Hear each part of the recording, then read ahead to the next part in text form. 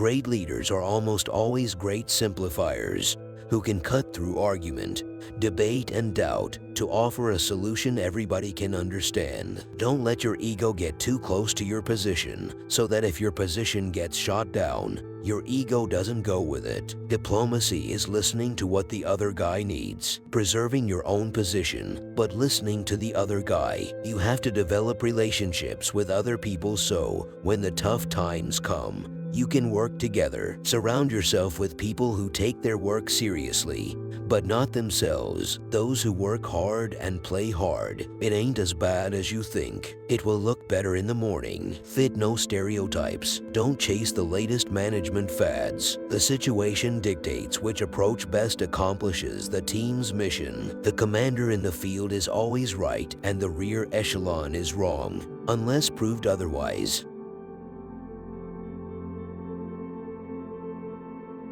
Avoid having your ego so close to your position that when your position falls, your ego goes with it. 90% of my time is spent on 10% of the world. Never neglect details. When everyone's mind is dulled or distracted, the leader must be doubly vigilant. Don't bother people for help without first trying to solve the problem yourself. I think whether you're having setbacks or not, the role of a leader is to always display a winning attitude. You're not just voting for an individual. In my judgment, you're voting for an agenda. You're voting for a platform. You're voting for a political philosophy. The healthiest competition occurs when average people win by putting above average effort. Never let your ego get so close to your position that when your position goes, your ego goes with it. You don't know what you can get away with until you try.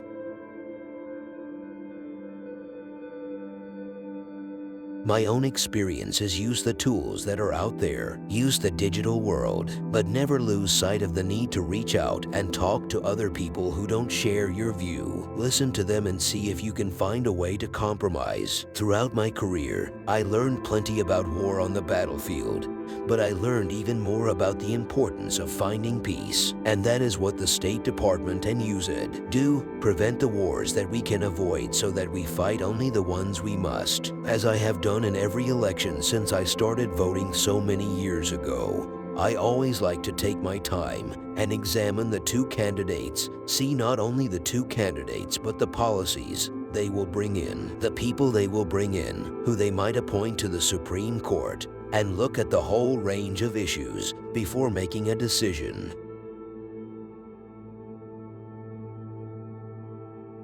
Economy's got to get moving. We've got to get the unemployment rate down. That may be the defining issue of the campaign. The only bipartisanship you ever see is when they finally sign a bill and everybody says, "Gee, isn't that wonderful?" Giving back involves a certain amount of giving up. The chief condition on which life, health, and vigor depend on is action. It is by action that an organism develops its faculties, increases its energy, and attains the fulfillment of its destiny. The country would be a lot better off if we stopped having comment sections and if we got rid of Twitter.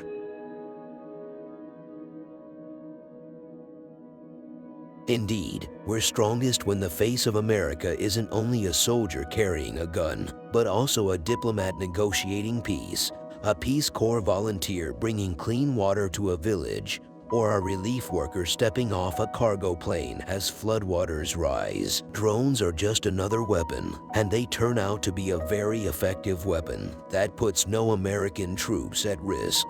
And I don't see why we shouldn't use them against identified enemy targets. I was born in Harlem, raised in the South Bronx, went to public school, got out of public college, went into the Army, and then I just stuck with it. Children need to get a high-quality education, avoid violence and the criminal justice system, and gain jobs, but they deserve more.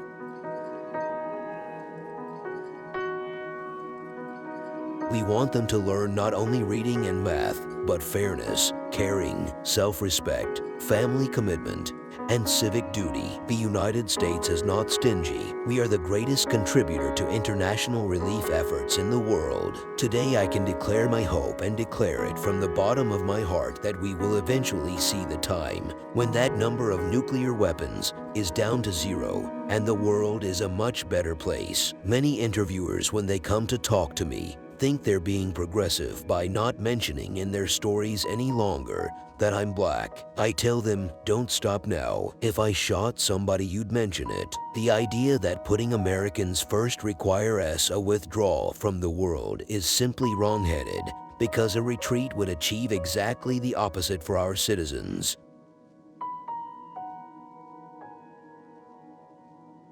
But just as they did in Philadelphia when they were writing the Constitution, sooner or later, you've got to compromise. You've got to start making the compromises that arrive at a consensus and move the country forward. Some of the generals are saying, we're making progress, we are clearing an area, but you really don't defeat the Taliban by clearing an area. They move. There's not going to be a World War III, because there is no one to have World War III with. War should be the politics of last resort, and when we go to war, we should have a purpose that our people understand and support. What we have to find is the right level of regulation of our financial system so that it has the incentive to invest in things, but at the same time, it is sufficiently regulated so it can't get in the kind of trouble that we have seen in the past and we have seen recently.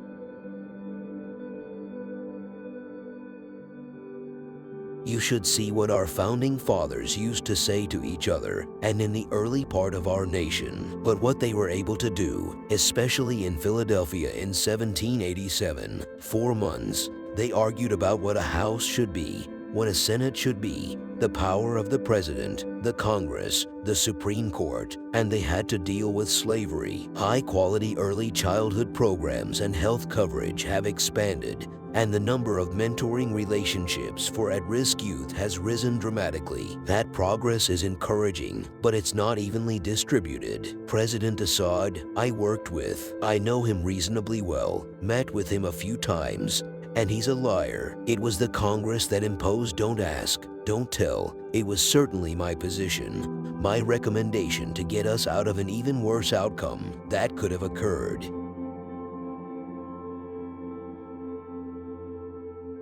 What you're seeing with Occupy Wall Street and the others are people who are unhappy, and they're directing their unhappiness now toward Wall Street and toward those they think are doing too well in our society. Wouldn't it be great if we could look forward to a whole world in which no child will be left behind? So like any football or basketball coach, you always believe you're going to win. Engineering didn't take to me, and what saved me and kept me in college was I ran into ROTC cadets who were in a fraternity called the Pershing Rifles, and I found my place. I found discipline, I found structure, I found people that were like me and I liked. I don't think we handled the aftermath of the fall of Baghdad as well as we might have, but that's now history. We got rid of a terrible dictator. We gave the Iraqi people an opportunity for a new life under a representative form of government.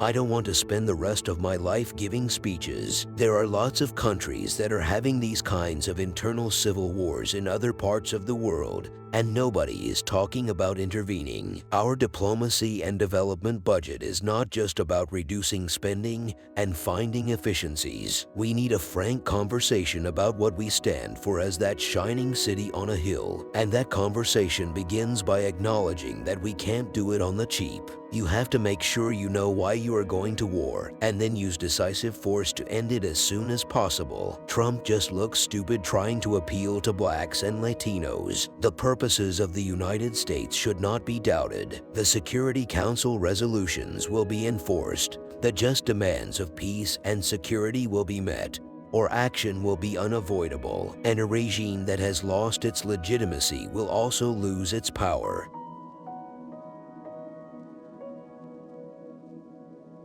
people have asked me, what would you have done if you hadn't gone into the army? I'd say I'd probably be a bus driver. I don't know. It's not just a matter of whether you support Obama or Romney. It's who they have coming with them. I always keep my powder dry, as they say in the military. When you decide to get involved in a military operation in a place like Syria, you've got to be prepared, as we learned from Iraq and Afghanistan, to become the government. And I'm not sure any country, either the United States or I don't hear of anyone else, who's willing to take on that responsibility.